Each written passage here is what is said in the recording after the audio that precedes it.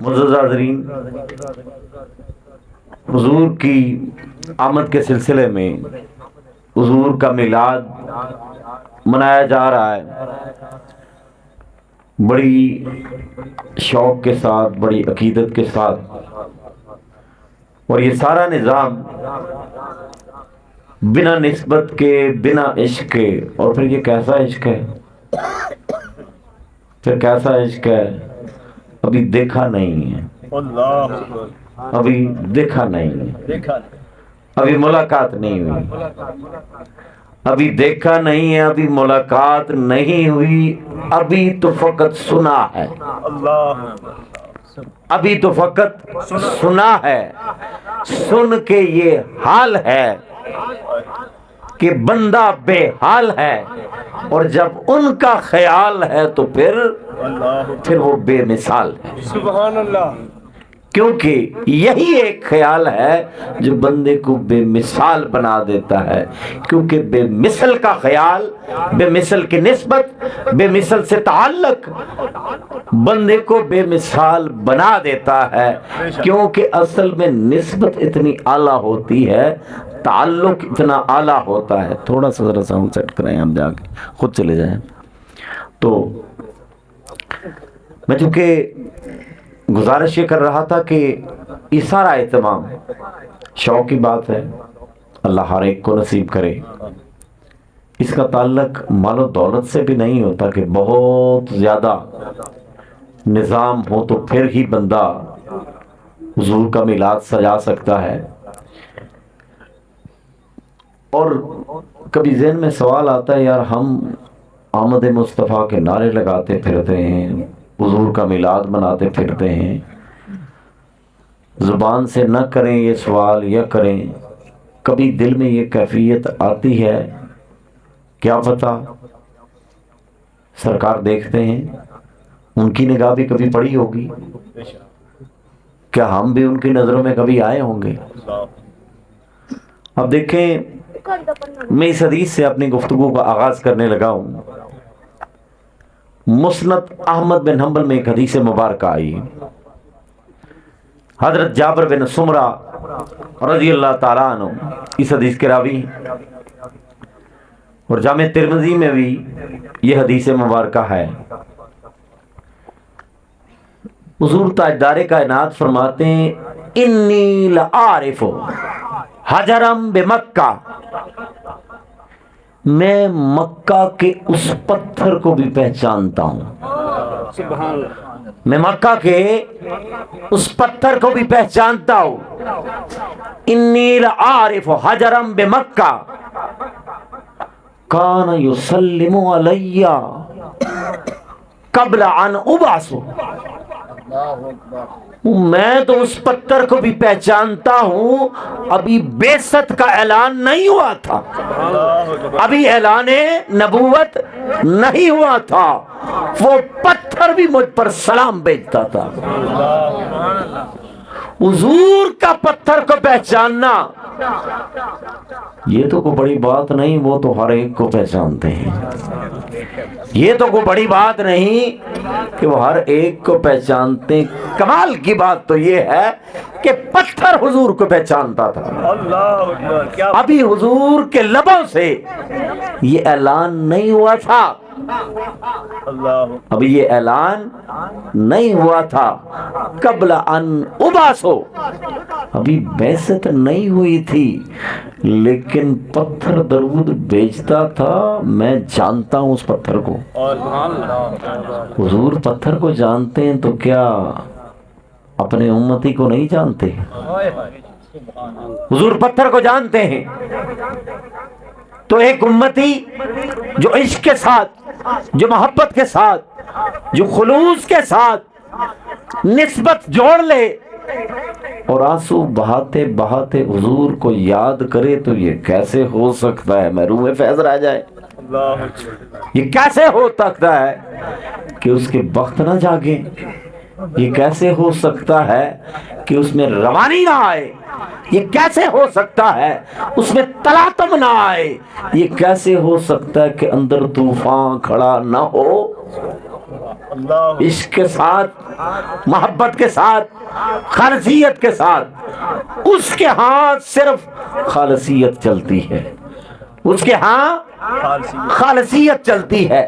خالص جتنا جتنا خالص کرتے جاؤ گے اتنا اتنا قربتوں میں جاتے جاؤ گے، اتنا اتنا مزہ آتا جائے گا، اتنی اتنی حلاوت آتی جائے گی، اتنا اتنا حضور نوازتے جائیں گے، اور جتنا جتنا وہ نوازتے جائیں گے اتنے اتنے پردے ہٹتے جائیں گے، جتنے جتنے پردے ہٹتے جائیں گے تو پھر دنیا کی حقیقت بھی کھلتی جائے گی، اپنی حقیقت بھی سامنے نظر آئے گی، اور پھر بندہ بے قرار نہیں ہوگا، پھر بندہ بے سکون نہیں ہوگا۔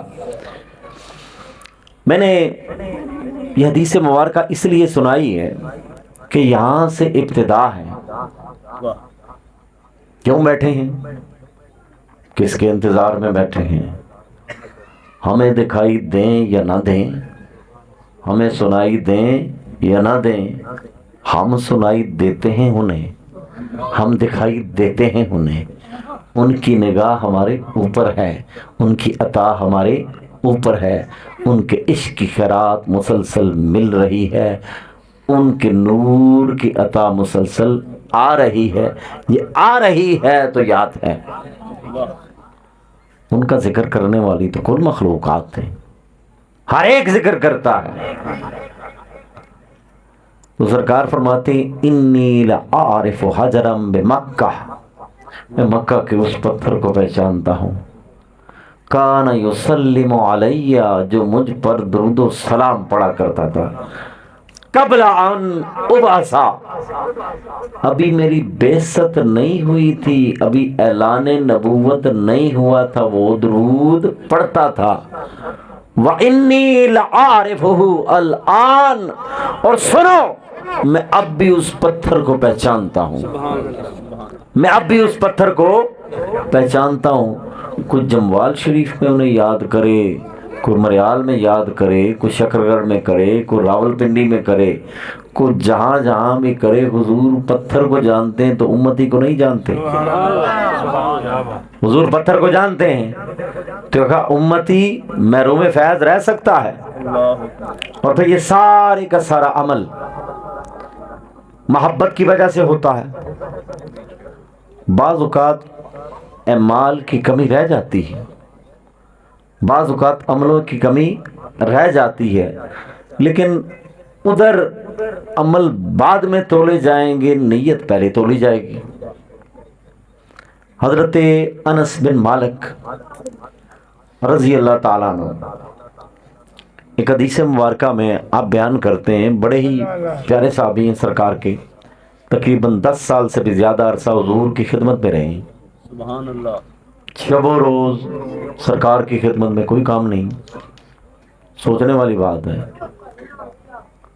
کیا ان کے آگے پیچھے کوئی نہیں تھا؟ لیکن جن کے آگے محمد مصطفیٰ انہیں پیچھے کی خبر ہی نہیں ہوتی، جن کے آگے چہرہ مصطفیٰ ہو انہیں کسی اور کی خبر نہیں ہوتی، وہ تو اپنے آپ سے بھی بے خبر ہو جاتے ہیں۔ تو بے خبر ہونا چاہتے ہو، گم ہونا چاہتے ہو، فنا ہونا چاہتے ہو تو ڈوب جاؤ ذکر میں، جلووں میں، فکر میں، عشق میں۔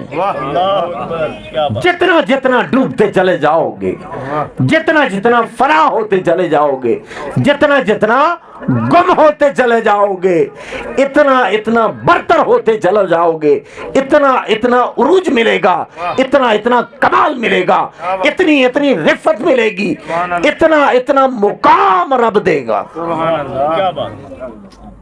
اب دیکھیں قطرہ اس وقت تک قطرہ ہی رہتا ہے، قطرہ اس وقت تک قطرہ ہی رہتا ہے جب تک سمندر سے باہر ہوتا ہے، جب تک باہر ہے قطرہ ہے، جب گرا اس کا وجود مٹا، اس کا تشخص مٹ گیا، اس کی پہچان مٹ گئی، یہ پہچان مٹی، ایک اور بڑی پہچان آئی، لوگوں اسے قطرہ نہ سمجھنا اب یہ سمندر ہے، اب اس کے تلاطم کو برداشت نہ کر سکو گے، اب اس کا جلوہ سنبھالا نہ جائے گا، اس لیے اب بچ کے رہنا، یہ قطرہ نہیں ہے، یہ قطرہ نہیں ہے، اب سمندر ہے۔ صحابہ اکرام نے اپنی ہر پہچان گم کر دی تھی سرکار کی ذات میں، اپنی ہر پہچان حضور کی ذات میں گم کر دی۔ صحابہ اکرام تہجد گزار بھی تھے، عبادت گزار بھی تھے، مجاہد بھی تھے، حسن اخلاق والے بھی تھے، سب کچھ تھا، لیکن رب نے ان کی پہچان کیا بیان کی ہے؟ والذین معاو اشداء علی الکفار۔ صحابہ کا تعارف رب کیا کروا رہا ہے؟ والذین معاو، جو میرے حبیب کے ساتھی ہیں، جنہوں نے اپنا ہر تعارف مصطفیٰ میں گم کر دیا، جنہوں نے اپنی ہر پہچان مصطفیٰ میں گم کر دی۔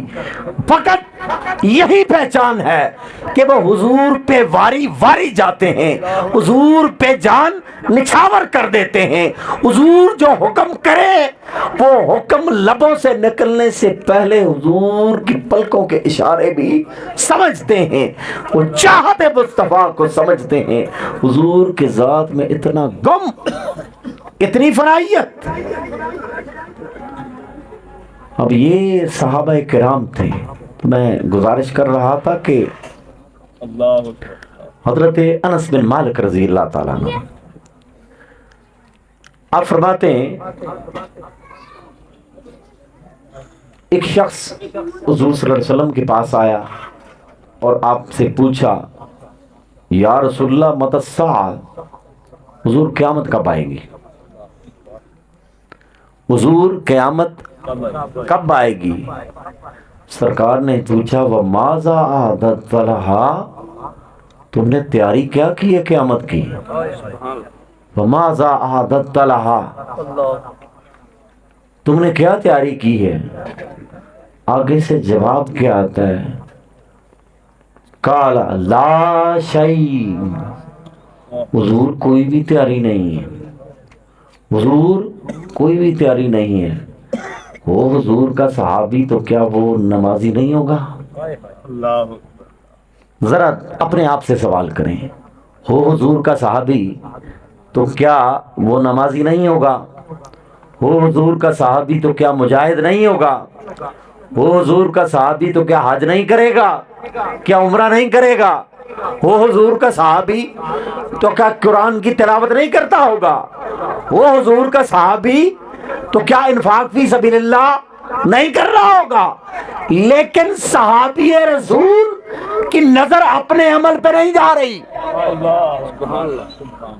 صحابی رسول کو کمال اپنے تہجد گزاری پہ نہیں ہے، صحابی رسول کو مان اپنی عبادت پہ نہ رہا، اپنی تلاوت پہ نہ رہا، اپنے جہاد پہ نہ رہا، اپنے انفاق فی سبیل اللہ پہ نہ رہا، اپنے حسن اخلاق پہ نہ رہا، وہ تو سواری بن کے کھڑا ہے، وہ تو سواری بن کے کھڑا ہے، اور حضور کو کہتا ہے حضور جولی خالی ہے، سرکار کچھ نہیں ہے، خالی ہوں، کہیں رست ہوں، کچھ نہیں ہے پلے، لا شیئن، حضور کچھ بھی نہیں، سب کچھ ہے، سب کچھ ہے، سب کچھ ہے، سب کچھ۔ جس کے پاس حضور ہو اس کے پاس سب کچھ ہوتا ہے، جس کے پاس حضور ہو اس کے پاس سبھی کچھ ہوتا ہے، لیکن اب اس کی نظر اپنے اعمال پہ نہیں جا رہی۔ ہم 4 دن اگر مسجد میں باجماعت نماز پڑھ دیں، دوسرے کو ہم گناہگار سمجھتے ہیں، ایسا ہی ہے نا جی؟ دوسرے کو ہم سے عقار سمجھتے ہیں، نفرت کی نگاہ سے دیکھتے ہیں، ایسا ہی ہے نا؟ اگر توفیق اللہ نے دی ہے آپ کو، خوشی کی بات ہے۔ اگر ہم نے داڑھی رکھ لی ہے تو کو کلین شیو والا ملے تو اسی بڑی نفرت سی نگاہ سے دیکھ دیں، سنت رسول نہیں رکھی ہوئی ہے۔ ادھر ٹھیک ہے سرکار کی سنت ہے، داڑھی رکھنا سرکار کی سنت ہے، امامہ پہننا سنت ہے، یہ سارے کام، لیکن اگر یہ سنتیں اپنا کر بھی اگر اندر فرعون ہی سمایا ہوا ہے، اندر ابلیس بیٹھا ہے، اندر نمرود بیٹھا ہے، اندر قارون بیٹھا ہے جو آپ کو یہ کہتا ہے تو بہتر ہے، یہ گناہگار ہے، اس کا مطلب ہے پلے کچھ نہیں ہے، اس کا مطلب ہے پلے کچھ نہیں ہے۔ اپنے سے حقیر جانتے ہو کسی کو، اپنے سے کم تر جانتے ہو، اس کا معیار یہ ہے کہ جو اس کی بارگاہ میں اپنے آپ کو جھکا دیتا ہے، مولا میں سب سے کم ہوں، مولا میں سب سے عاجز ہوں، مولا میرے پلے کچھ نہیں، وہ کہتا ہے تو اٹھ، تیرے پلے سب کچھ ہے۔ اور جو اکڑ کے جاتا ہے کہ میں یہ ہوں میں وہ ہوں، وہ ذلیل ہوتا ہے۔ تو میں عرض کر رہا تھا، صحابی رسول نے پوچھا کہ سرکار قیامت کب آئے گی؟ تو سرکار نے کہا وَمَاذَا أَعْدَدْتَ لَهَا، تم نے تیاری کیا کی ہے؟ آگے سے جواب آتا ہے لا شیء، میرے پاس تو کوئی شے نہیں۔ وفی روایت احمد، مسند احمد بن حنبل میں جو الفاظ استعمال ہوئے ہیں نا، وہ کیا الفاظ ہوئے ہیں؟ ما اعددت لها، ما اعددت لها، میں نے قیامت کے لیے کوئی تیاری نہیں کی، من کثیر عمل، میرے پاس بہت زیادہ کثرت کے ساتھ کام نہیں ہے، اتنے کثیر عمل نہیں ہے، لا صلاۃ ولا صیام،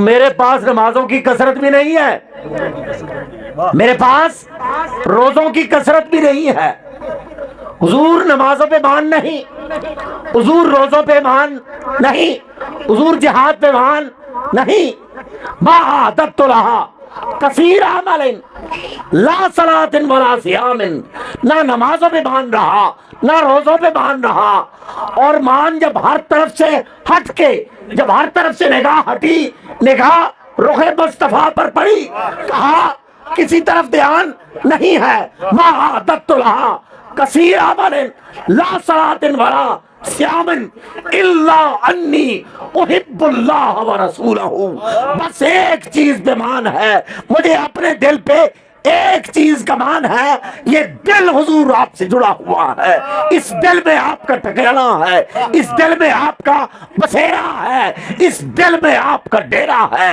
اس دل میں آپ کا آستانہ ہے، الا انی احب اللہ ورسولہ، اس دل میں حضور آپ بستے ہیں اور رب بستا ہے، اس دل میں آپ بستے ہیں اور رب بستا ہے۔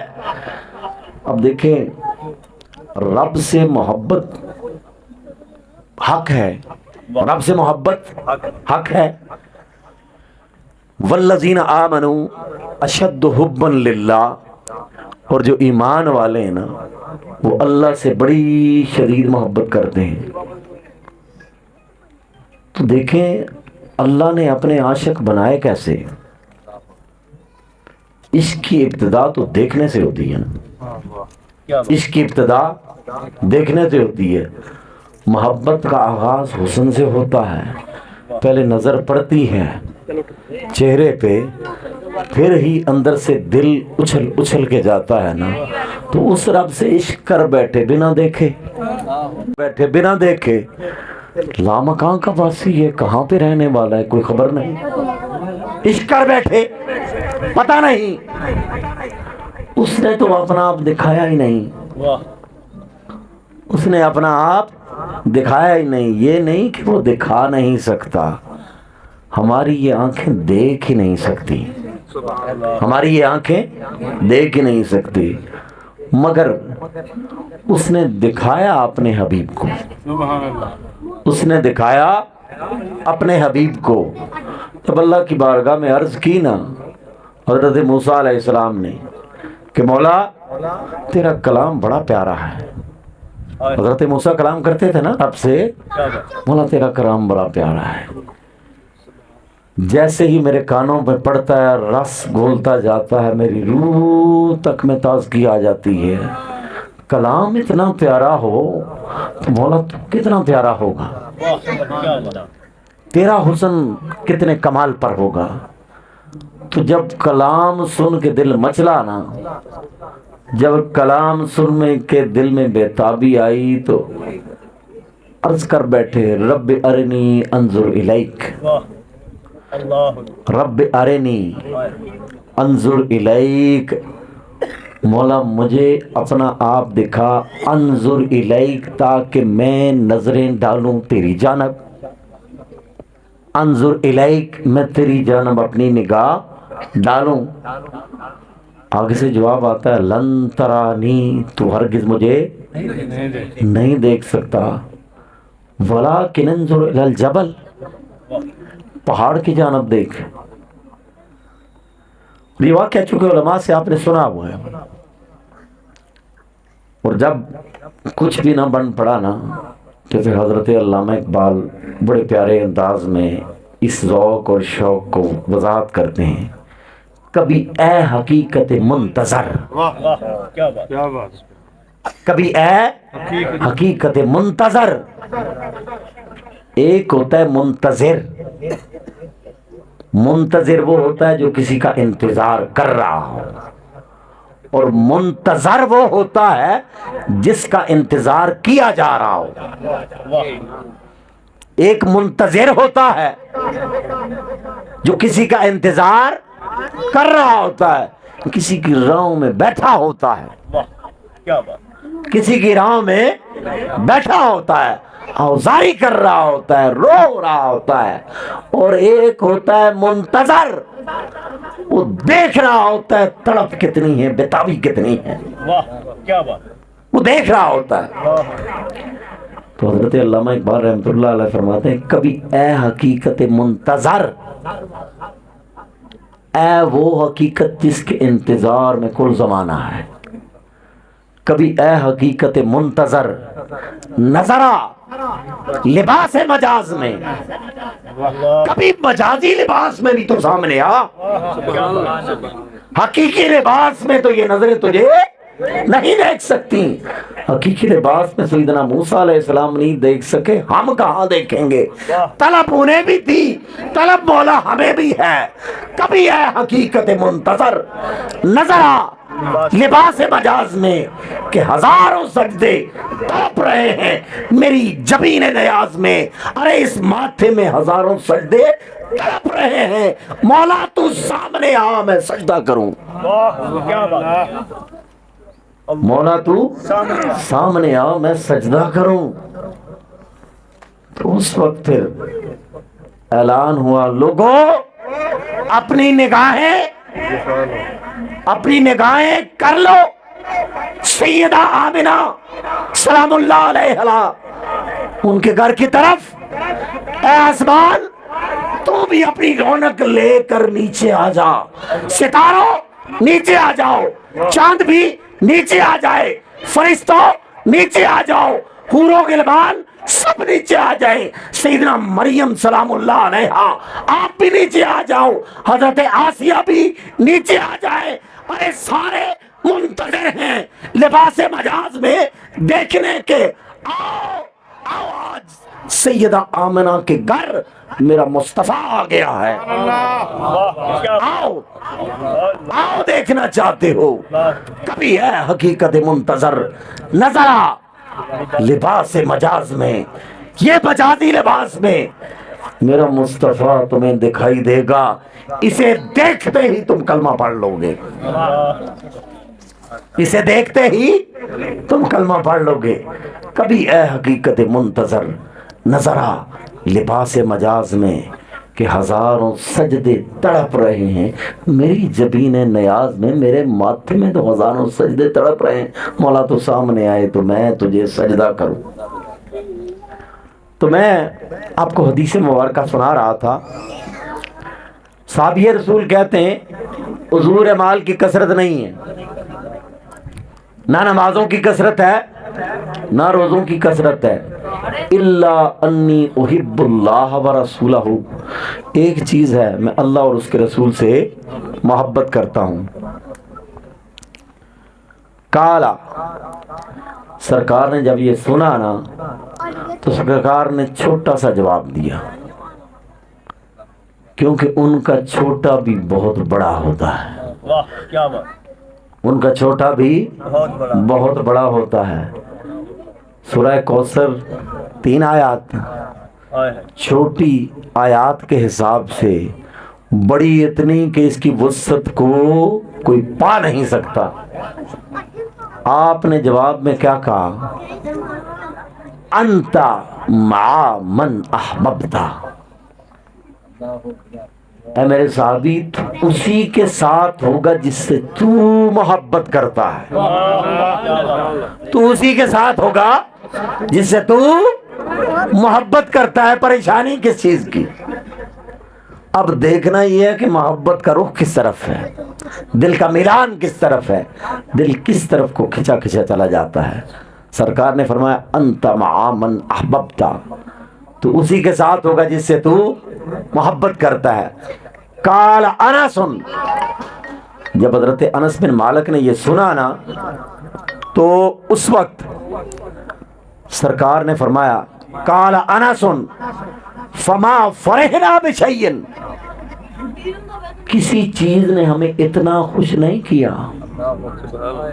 فما فرحنا بشیء، کسی شے نے اتنی لذت کبھی نہیں دی، کسی شے نے اتنا مزہ کبھی نہیں دیا، کسی شے نے اتنا اندر ہلچل کبھی نہیں مچائی۔ فما فرحنا بشیء کما فرحنا بقول النبی، جتنا حضور کی اس بات نے ہمیں راحت دی، کیا بات، اتنا مزہ کبھی کسی شے میں نہیں آیا جتنا مزہ حضور کے یہ الفاظ سن کر آیا۔ کیا؟ انت مع من احببتا، تو ان کے ساتھ ہوگا جن سے تیری محبت ہے، تو ان کے ساتھ ہوگا جن سے تیری محبت ہے۔ اور پھر آپ فرماتے ہیں حضرت انس قال فانا احب النبی، اور میں تو محبت کرتا ہوں نبی سے، میری محبت کا رخ حضور کی جانب۔ فانا احب النبی وابا بکر وعمر، میں تو محبت کرتا ہوں حضور تاجدار کائنات کے ساتھ، سیدنا صدیق اکبر کے ساتھ، سیدنا فاروق اعظم کے ساتھ۔ میری محبت کرو حضور کی جانب، میری محبت کرو سیدنا صدیق اکبر کی جانب، میری محبت کرو سیدنا فاروق اعظم کی جانب۔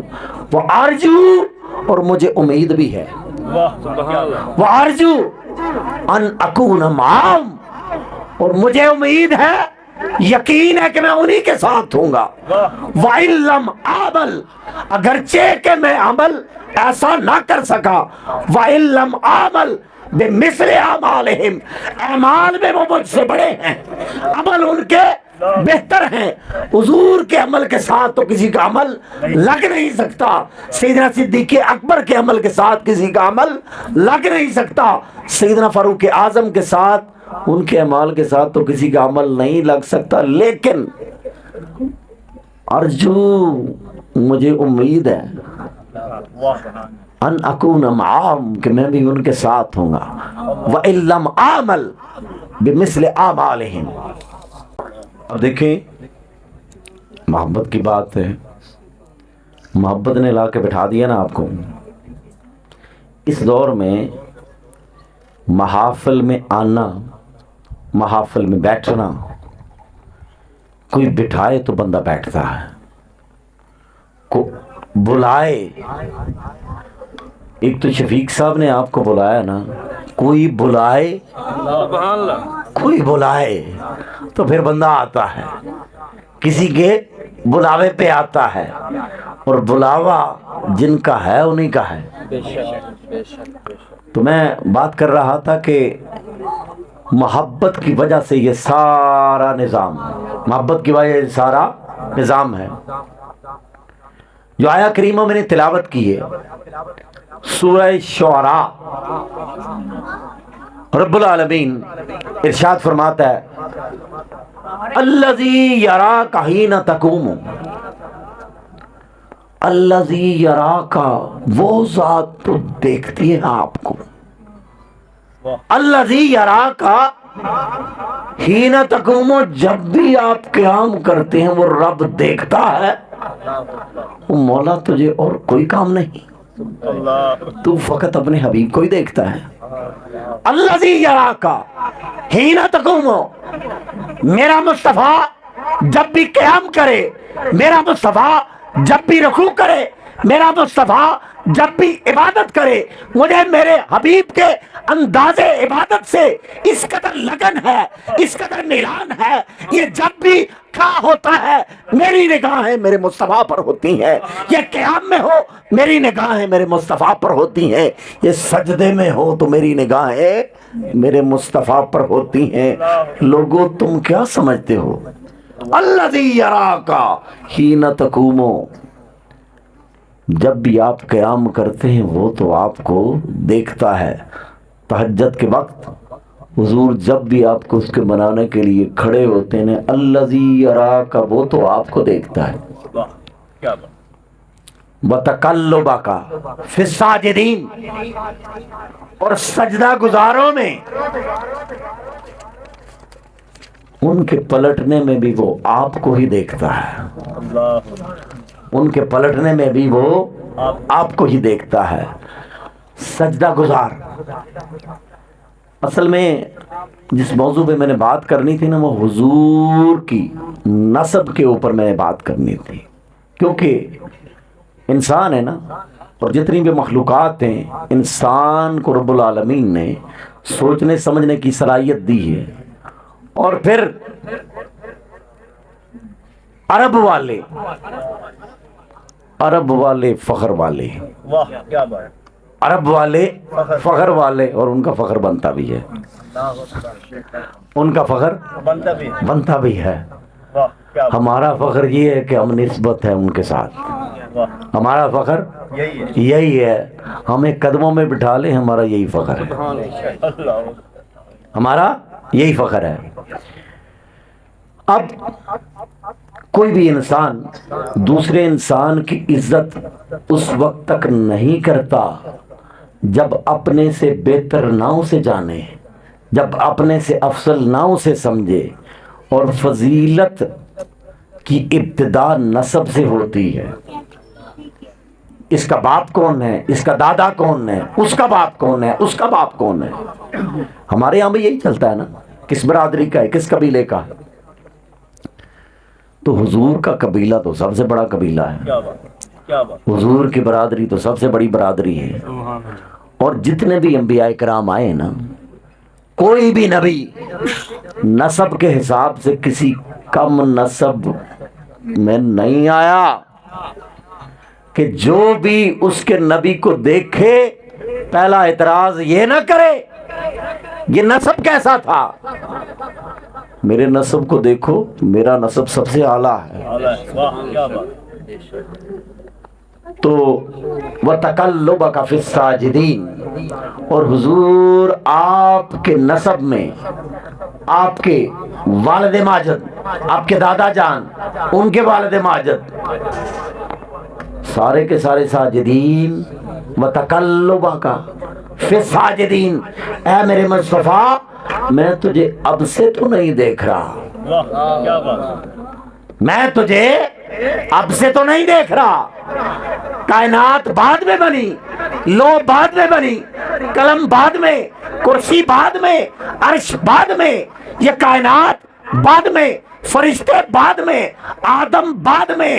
پہلے تیرے نور کو بنایا، پھر تیرے نور کو سیدنا آدم علیہ السلام کی پیشانی پہ رکھا۔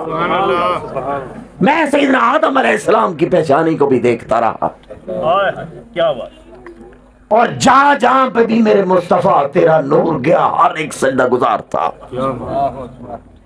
ہر ایک عبادت گزار تھا، ہر ایک راہ ہدایت پر تھا۔ کوئی بھی ایسا نہ تھا جو ہدایت سے ہٹا ہوا ہو۔ تو حضور کے سلسلہ نسب میں جتنے بھی ہستیاں آئی ہیں نا، ان میں سے ہر ایک سے بڑھ کر ایک ہے۔ حضرت ابو ہریرہ رضی اللہ تعالیٰ عنہ، آپ فرماتے ہیں، جی دیجیے گا موبائل دیجیے گا ذرا ٹائم زیادہ نہ ہو جائے۔ حضرت ابو ہریرہ رضی اللہ تعالیٰ عنہ آپ فرماتے ہیں، ان اللہ اصطفیٰ کنانہ من ولد اسماعیل، سرکار نے فرمایا کہ حضرت اسماعیل علیہ السلام کی اولاد سے رب نے بنو کنانہ کو چنا، بنو کنانہ کو چنا۔ ان اللہ اصطفیٰ کنانہ من ولد اسماعیل، حضرت اسماعیل علیہ السلام کی اولاد سے صرف یہ خیرات کہاں پہ آئی؟ ابھی کنانہ، حضرت کنانہ علیہ السلام کی بارگاہ میں یہ خیرات آئی۔ واصطفیٰ قریش من کنانہ، اور کنانہ سے یہ خیرات آتی آتی قریش تک آئی۔ واصطفیٰ من قریش بنی ہاشم، اور قریش سے آتی آتی یہ خیرات بنی ہاشم کو ملی۔ واصطفانی من بنی ہاشم، پھر رب نے بنی ہاشم سے مجھے چنا۔ رب نے کل مخلوقات میں سے انسانوں کو چنا، انہیں شرف بخشا، انہیں عزت بخشی، انہیں مقام بخشا، اور انہیں کہا یہ اشرف المخلوقات ہیں، کراؤن آف کریشن۔ اور انسانوں میں سے رب نے 1,24,000 پیغمبر چنے، سب سے بہتر، سب سے اعلیٰ، سب سے فضیلت والے، سب سے مقام والے، انہیں رب نے بڑے کرم سے نوازا۔ پھر 1,24,000 کم و بیش پیغمبروں میں سے 313 رسول چنے، 313 رسول چنے، اور جو 1,24,000 پیغمبروں میں کمالات تھے نا، وہ سارے کے سارے 313 میں، وہ سارے کے سارے 313 میں جمع کر دیے، اور 313 میں سے پھر حضور کو چنا، اور جو 313 میں کمالات تھے وہ فقط ایک ہستی محمد مصطفیٰ میں مجتمع کر دیے۔ کوئی حسن میں بھی ان جیسا نہ ہوا، کوئی کمال میں بھی ان جیسا نہ ہوا، کوئی عبادت میں بھی ان جیسا نہ ہوا، کوئی وجاہت میں بھی ان جیسا نہ ہوا، کوئی اس کو منانے میں بھی ان جیسا نہ ہوا۔ رب نے ہر کمال ایک ہستی محمد مصطفیٰ میں ایسا رکھا کہ اور کوئی ان جیسا نہ ہوا۔ ایک سوال مجھ سے کسی نے پوچھا تھا، بس اس کا جواب دے کے میں کوشش کرتا ہوں میں زیادہ لمبا نہ لگاؤں کیونکہ ٹائم بہت ہو چکا ہے، کہ جی حضور کے آباء و اجداد میں سارے مومنین تھے، تو حضور کے جد امجد تو حضرت ابراہیم علیہ السلام ہیں، آپ کہتے ہیں سارے ہی مومن تھے، تو ان کے والد محترم جنہیں کہا جاتا ہے آزر، وہ تو بت بناتے تھے، بت پرست تھے، بت بیچتے تھے، تو وہ کیسے مومن ہوئے؟ تو حضور ان کے والد حضرت آزر ان کے والد نہیں تھے، ان کے والد محترم کا نام تھا طارق، یہ ان کے چچا تھے، یہ ان کے چچا تھے۔ اور لغت عرب میں چچا کو بھی اب کہا جاتا ہے، اس کی دلیل میں آپ کو قرآن سے دیتا ہوں۔ حضرت یعقوب علیہ السلام کا جب وقت وصال قریب آیا نا، جب آپ کا وصال کا وقت قریب آیا تو اپنے بیٹوں سے مخاطب ہوئے اور کرتے ہیں ما تعبدون بعدی، میرے بعد عبادت کس کی کرو گے؟ انہوں نے جواب دیا نعبد الہک و الہ آبائک ابراہیم و اسماعیل و اسحاق، ہم عبادت کریں گے نعبد الہک آپ کے خدا کی، و الہ آبائک آپ کے باپ کے خدا کی، ابراہیم و اسماعیل و اسحاق، وہ رب جو حضرت اسماعیل کا رب جو آپ کے باپ ہیں، وہ رب جو حضرت اسحاق کا رب ہے، ہم تو اس کے رب کی بات کریں گے۔ اب حضرت یعقوب علیہ السلام جو تھے نا، وہ حضرت اسحاق علیہ السلام کے بیٹے تھے، اور حضرت اسماعیل علیہ السلام ان کے چچا تھے۔ سمجھ آ رہی ہے میری بات کی؟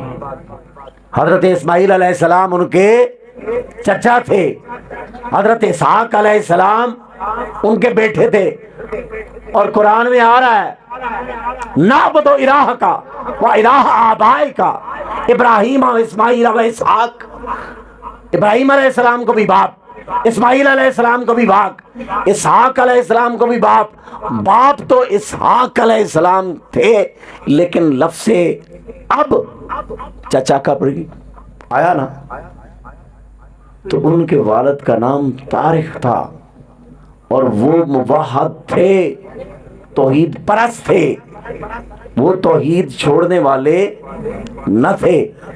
تو چونکہ وقت کی کمی ہے، کیونکہ وقت زیادہ ہو چکا ہے، برحال گزارش یہ ہے کہ جب بھی اب دیکھیں یہ سارا عمل، اس میں کوشش کریں جتنی خالصیت بڑھ سکے، اور اس عمل کا سب سے فائدہ، اب دیکھیں مہندی کے اوپر ہمارے ڈانس پروگرام ہوتے ہیں، بہت کچھ ہوتا ہے جو نہیں کرنے والا، اخلاقی طور پر نہیں کرنا چاہیے، کر گزرتے ہیں نام، اور اس پہ اعتراض نہیں ہوتا، اس پہ اعتراض ہوتا ہے۔ خدا را اس طرف اپنی نسلوں کو لگائیں، حضور کے ساتھ جوڑیں، واہ کیا بات، عشق رسول ان کے سینوں میں پیدا کریں۔ یہ چیز ان کے سینوں میں پیدا ہوگی نا، تو کم از کم ہماری قبریں بھی ٹھنڈی رہیں گی، کیونکہ یہی عمل ہے۔ حضور کے صحابہ کا بھی مان اسی عمل کے اوپر تھا، اور ہمیں بھی اسی عمل کے اوپر ہونا چاہیے۔ اللہ تعالیٰ آپ کا آنا قبول فرمائے۔ وآخر دعوانا الحمدللہ رب العالمین۔